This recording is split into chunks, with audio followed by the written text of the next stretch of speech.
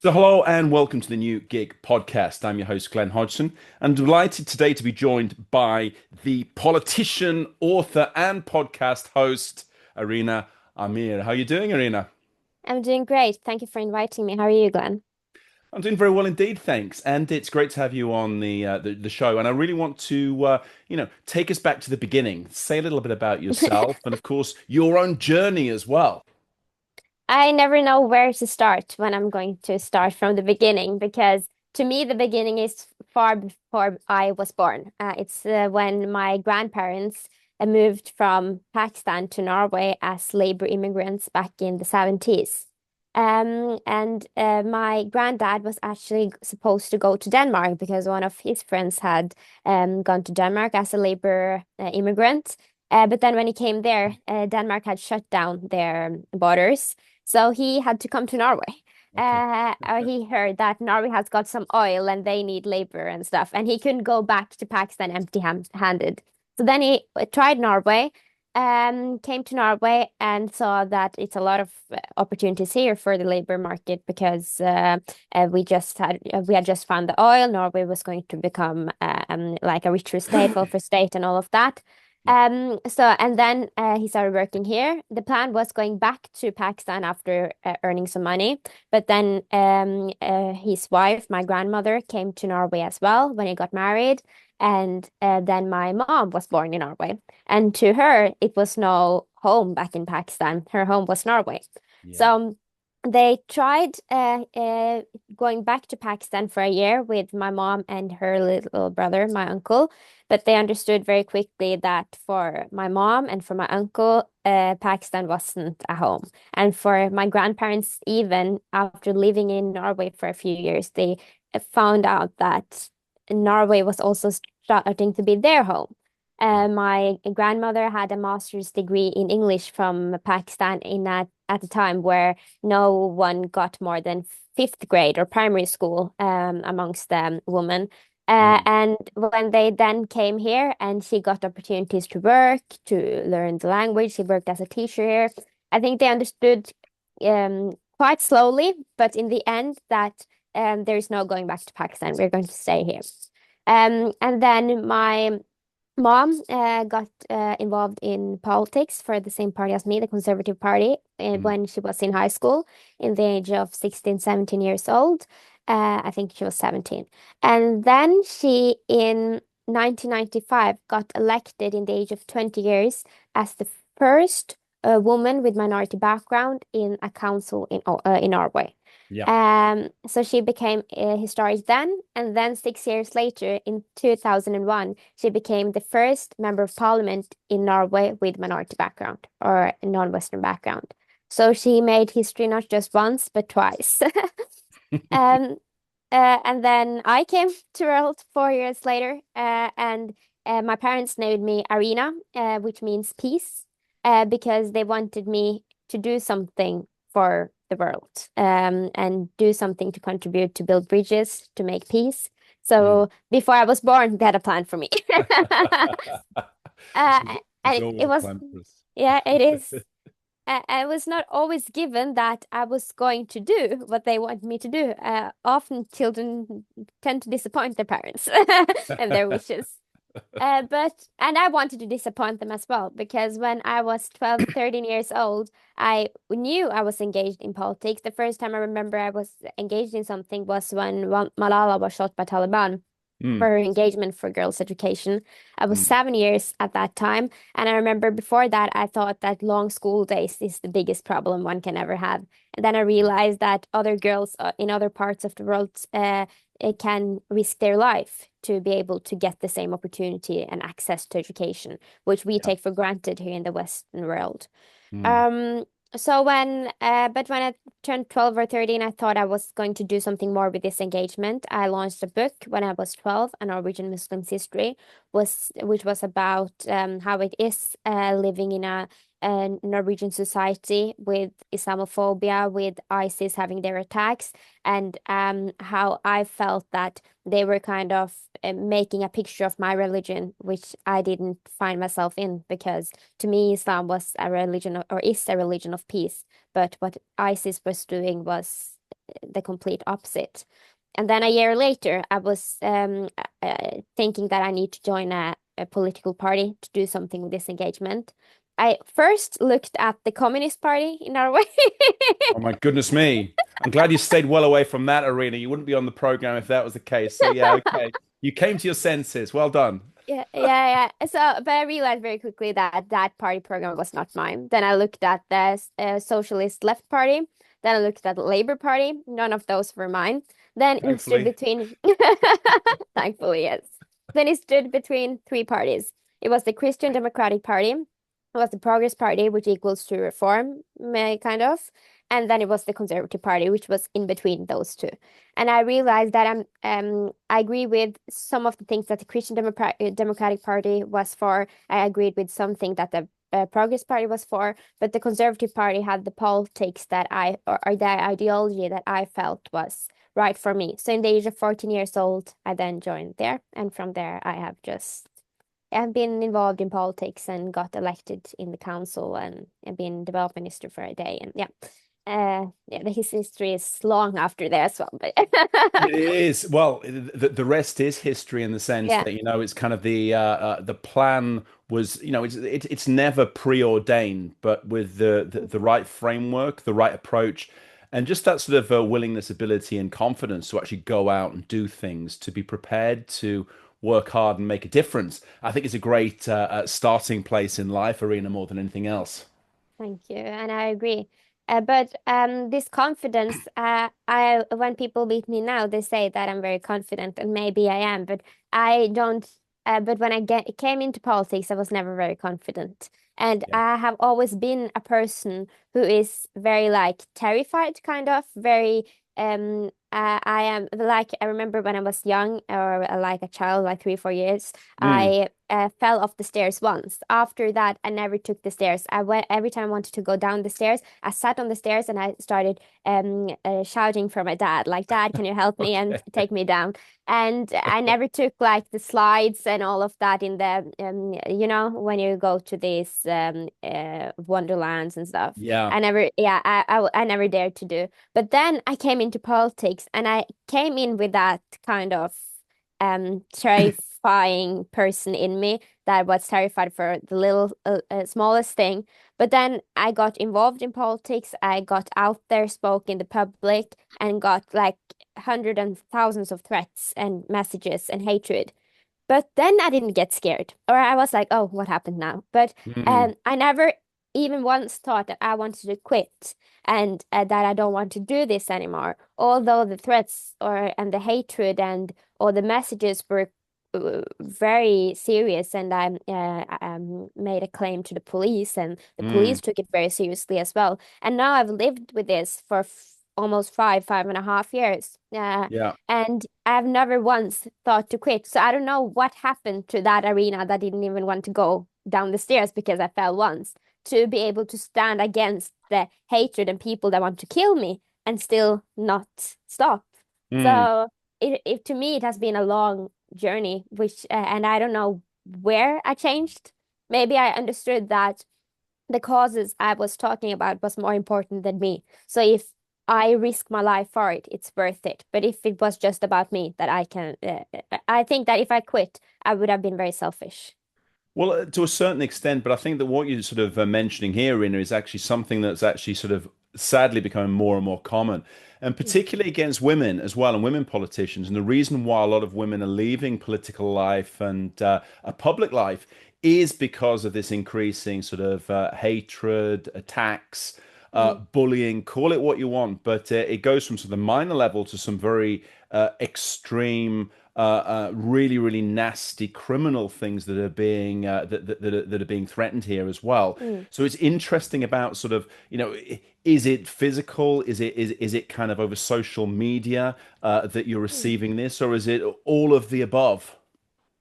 Mostly social media. Yeah. And what I find funny is most people that tend to be the ones hating me the most on social media if they meet me in person, they come up to me themselves and says, "We're so proud of you. You're doing great. We Wow. you're our proud future. Or we look forward to see what you achieve in the future." So I kind of find that a bit funny. But it has been Yeah. times as well where people has come up to me and been kind of threatening or looked at me in a way that you feel threatened. Yeah. And I think I remember when I first got engaged and the first time I got like threatened and got this hatred and this kind of messages, there was someone that told me that if you're a woman in politics, you will get more hatred than if you were a man. If you're young on top of that, then you will get even more because people Right. will hate you because you think differently than most people. And if you're on top of that, have minority background and are Muslim or is Muslim, Yeah. then you have checked all the boxes to be like a Oh my hate object. goodness. And I've checked all the boxes to be that. I'm not laughing because it is serious, but I'm also laughing that you actually take it in the right humor, actually, Arena. That Yeah. you can be a lightning rod for all these things, but I think at the end of the day, it's got to be sort of the reality that you've got to sort of just take a little bit of distance and just Mhm. laugh it off. And I think that what you say there is the reality. People will say things online that would never do to your face in a lot of cases. And I think just by the sort of actually meeting you, knowing who you are, and spending a bit of time with you, they'll realize that their vision, prejudices, and maybe the views they had beforehand are very, very wrong. They can disagree with your thoughts and policies, but it's a different thing from some individual and their personality and their character. I totally agree with you. And I feel like many people think that they know me based on my opinions, but my That opinions is, doesn't yeah, reflect who I am. yeah. If you look at the way I talk and all of that in the media, I would probably hate myself if I didn't know myself. Because I tend to talk about controversial topics. Yeah, But I know that those I talk on behalf of needs a voice like mine. And if I don't do right. it, then no one will do it because the ones I'm talking about, those who are exposed for forced marriages, those who are forced to wear a niqab and burqa, Yeah, those who aren't getting an education and all of that, they aren't able to speak their own cause. So if I don't yeah. do it, no one else will do it either. But I know that it can be provocative because a Mm. lot of people get provoked by what I say. But it is a person behind those meanings. And when you meet me one to one often, and when you meet me in person, I always tend to be very happy and laugh and smile all the Yep. time. And I am very short. So I think when people meet me, they think, oh, she isn't that dangerous. Because when you when you see a girl on 5'1", then you're like, okay, what is the worst thing she can do? Yeah, but what you're doing is incredibly important. And I think it's the real value of politicians is actually to stand up for the people maybe don't have a voice or don't want to say these things. And I think part of that is actually confronting the difficult issues. And maybe one of the criticisms that could be made of a lot of politicians these days, Arena, is the fact that they're not willing to take on board the difficult or the sensitive topics just for fear of upsetting people. And I think that, sometimes you do have to upset people in life. You actually have to call out the difficult issues and actually address them. If not, you can hide them for so long, but when you do, they get worse and worse, and the potential implications will be more serious down the line. So I think you've got the right approach to these topics.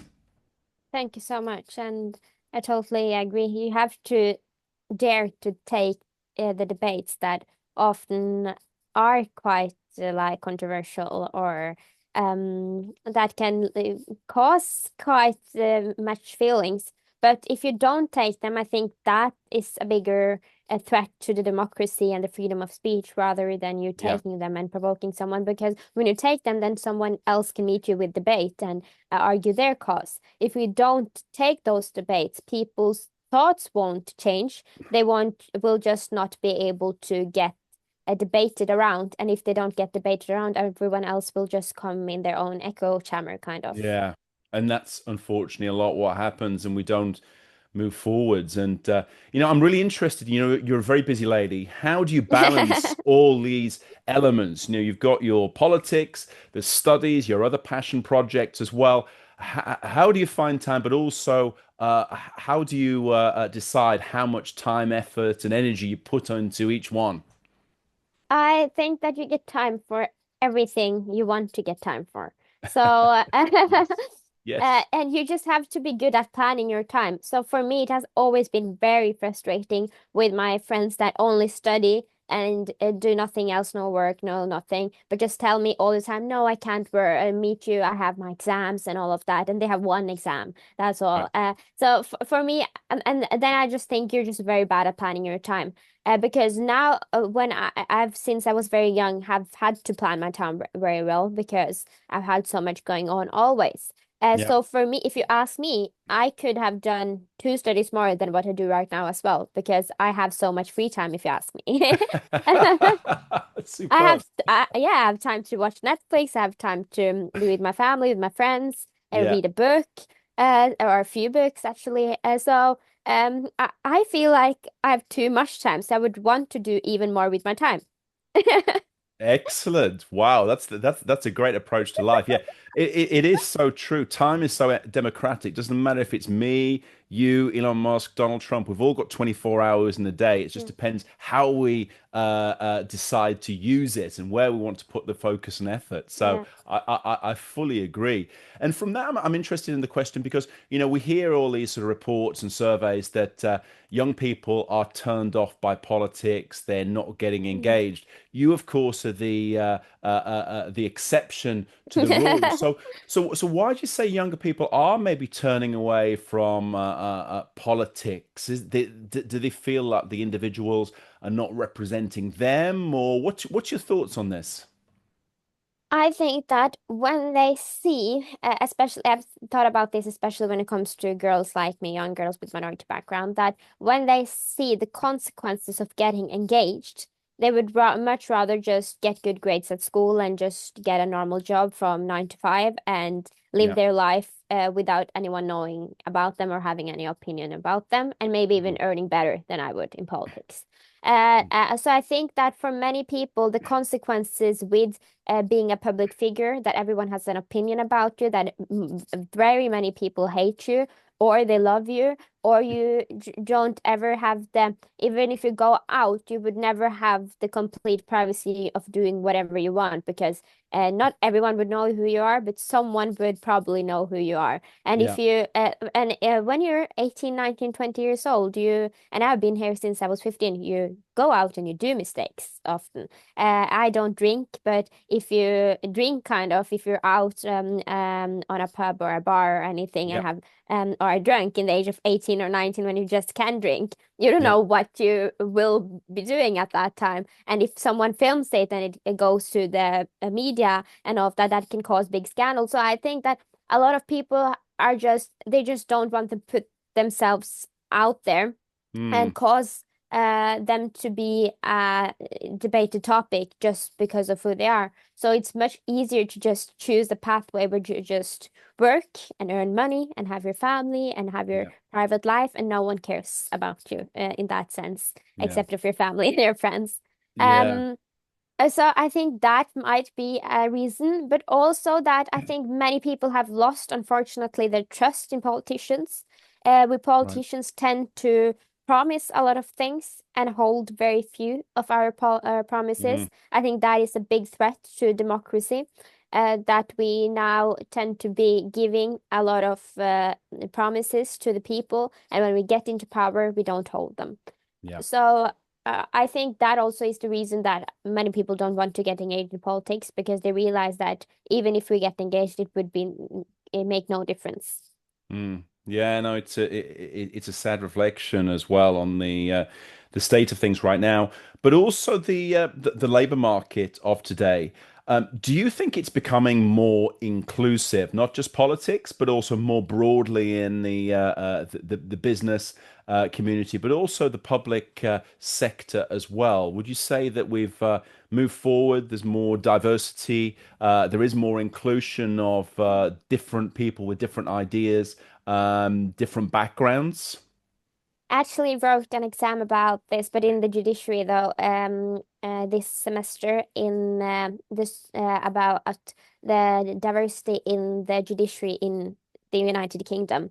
And I think that if we can see that even in Norway and in a lot of in the Western world, in the United Kingdom and all of that, you have a lot of people with minority background in politics. Mm. Like you had Rishi Sunak in the UK, Shabana Mahmood, the current Conservative Party's leader. I don't remember her name right now. In Norway, you Kimmy have Badenoch, me. yes. Yeah. Yes, you have me, you had my mother, you have had several other politicians like Abid Hadi Tajik that you know are familiar faces and throughout the Western world. But you don't see the same kind of diversity in the labor market Mm. or in the judiciary. So we th always talk about these three branches of power, the judiciary, the legislative, and the executive.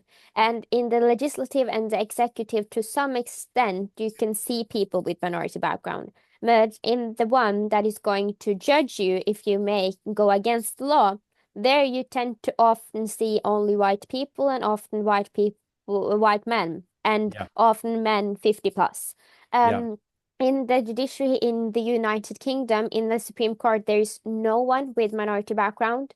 And in the Court of Appeal, which is the court after that, you just have one person with minority background out of like 35, I don't remember the number, but in total, in the judiciary, in Court of Appeal and Supreme Court, there are 51 justices, and out of them, only one has minority background, which is Mm. not representative in the United Kingdom because 18% of the population there has an other ethnic background.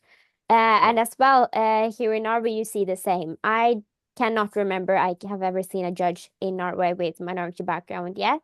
Yeah. In the labor market, you can see that as per like just normal employees, you can see people having minority background, and as Mm. normal lawyers, you can see people having minority background both here and in the UK and everywhere. But when it comes to leader roles, like leaders in public official authorities in Norway and the United Kingdom um in the businesses and all of that and private sector in the judiciary, you don't see people with minority background coming on the top in the leader roles. So you Mm. have them as your employees to say show that yes, we have diversity, but they don't get the opportunity to come up as leaders. Uh, Mm. I I have a balanced approach to this. I think 50% of it could be that because of people not having the competence to become the leaders and it's other strong candidates that does a better job, that is why they don't get the possibility to get into those roles.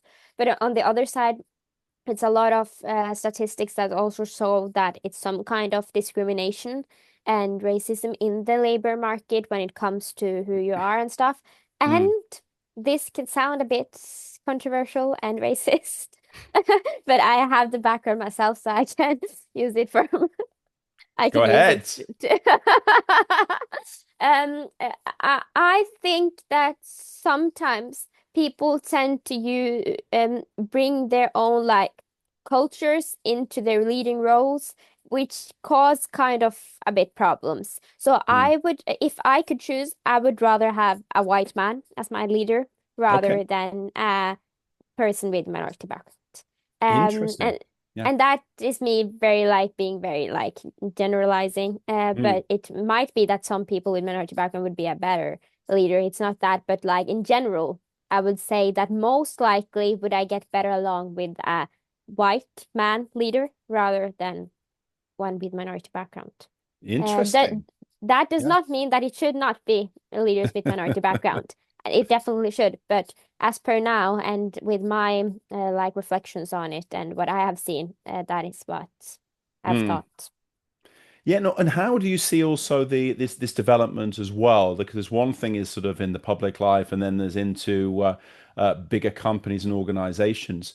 But the rise of people starting their own businesses, wanting to be an entrepreneur, wanting Mm. to be a freelancer as well.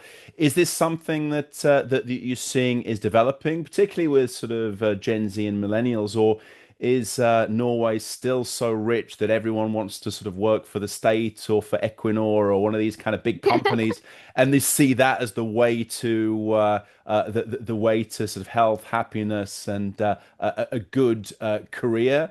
Or is there these sort of burning desire to create something and start something like you have yourself, who've got this big drive to do something a little bit different? I think that most people will just go the normal way with taking an education, going to higher studies, getting into a 9 to 5 job. Yeah, But you're seeing that more and more people also want to do something different. I think that in Norway had this a kind of become like a drive for some people that we want to become influencers. So yeah, you have tons of influencers here. When it comes to starting up businesses and stuff. I think that, to be honest, in our way, it is so hard and so much bureaucracy and so much rules, regulations, laws, and like all the judicial things in it, that is yeah, very hard for a young person without an education in economics or finance or something to be able to start up something and do it the right way and succeed with it without going against the law, because there are so many rules, regulations that you have to get into to be yeah, able to succeed. And I think that is why a lot of people in Norway don't go that way, because they know that it is a bigger risk that you fail rather that you succeed.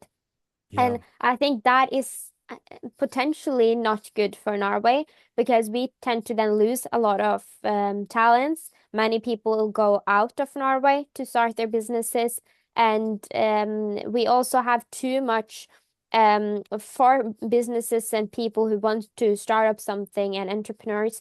We tend to just put so many taxes on them that it yeah, is better for them to just take a 9 to 5 job rather than doing something else, because they will probably earn more in their 9 to 5 job rather than in the businesses where you have to work 24 hours a day, at least in the start of it. yeah, So I think yeah, the risk is so big here in Norway, and because of the taxes and all the bureaucracy and regulations, it is hard for young people to just drop out of school and just start up. Some mm, people do, and very people succeed. A few people yeah. succeed, Yeah. unfortunately. Yeah, no, it's sad. I mean, this is the thing, the sort of even if you've got sort of drive and the talent to realize that all the benefits will be pretty much taken away from you if you do succeed, and then there's the risk, a very high risk that you won't be able to, given the system and the red tape and bureaucracy. It's kind of a depressing reality. And where will the next wave of entrepreneurs and wealth creators come from? It's one thing wanting to be an influencer, but making a business out of your passion is probably the next stage. Mm. Yes, I agree, but very few tend to succeed, unfortunately, in Norway. Yeah, And yeah, very few tend to go that way and take the risk. Because we yeah, know in Norway that if you just get an education, you will get a good job from 9 to 5. And yeah, the possibility to just take the easy way is often much more likely than to take a risk where you possibly could fail. yeah, yeah. Well, that is very interesting insights in itself. But Arina, I'm very happy to know that you're someone who is not scared of risk. You're going to actually sort of try things. You're going to do things, and take the uncomfortable path. I think sometimes embracing uncertainty and embracing discomfort is the way that you actually grow, the way you learn, and the way you sort of develop as a person professionally and also personally. So. It's really great that you were on to sort of share your story and hopefully come back to be able to let us know when you get your ministerial post and beyond. Yeah, I would love to come back. It will be a pleasure. Thanks indeed for your time, Arina. Thanks very much indeed. Thank you for inviting me.